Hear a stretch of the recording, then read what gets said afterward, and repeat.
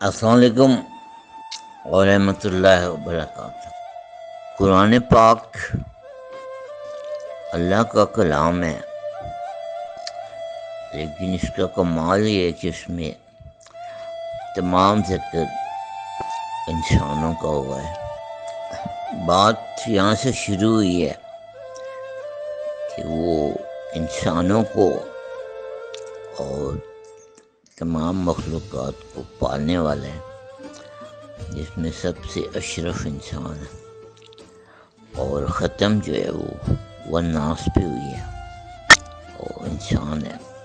اللہ نے انسانوں کے لیے انسانوں میں سے ہی نبی بنا کے بھیجے۔ ایک دفعہ جب بھائی قمیص کے اوپر خون لگا کے لے آئے کہ یہ بھیڑیا کھا گیا ہے، اس کی یہ نشانی ہے یہ قمیص۔ دوسری مرتبہ جب قمیص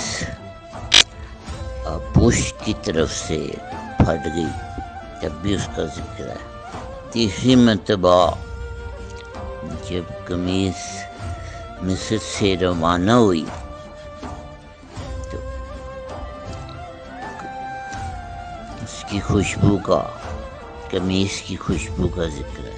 قمیص کی خوشبو کا ذکر اتنا عجیب ہے کہ حضرت یعقوب علیہ السلام کو کہنا پڑا کہ اگر تم مجھے یہ نہ سمجھو کہ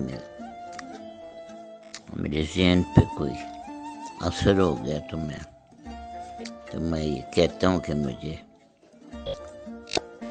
یوسف کی خوشبو آ رہی۔ چوتھی مرتبہ جب وہی قمیض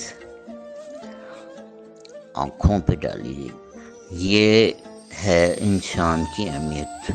اور یہ انسان اگر اتفاقاً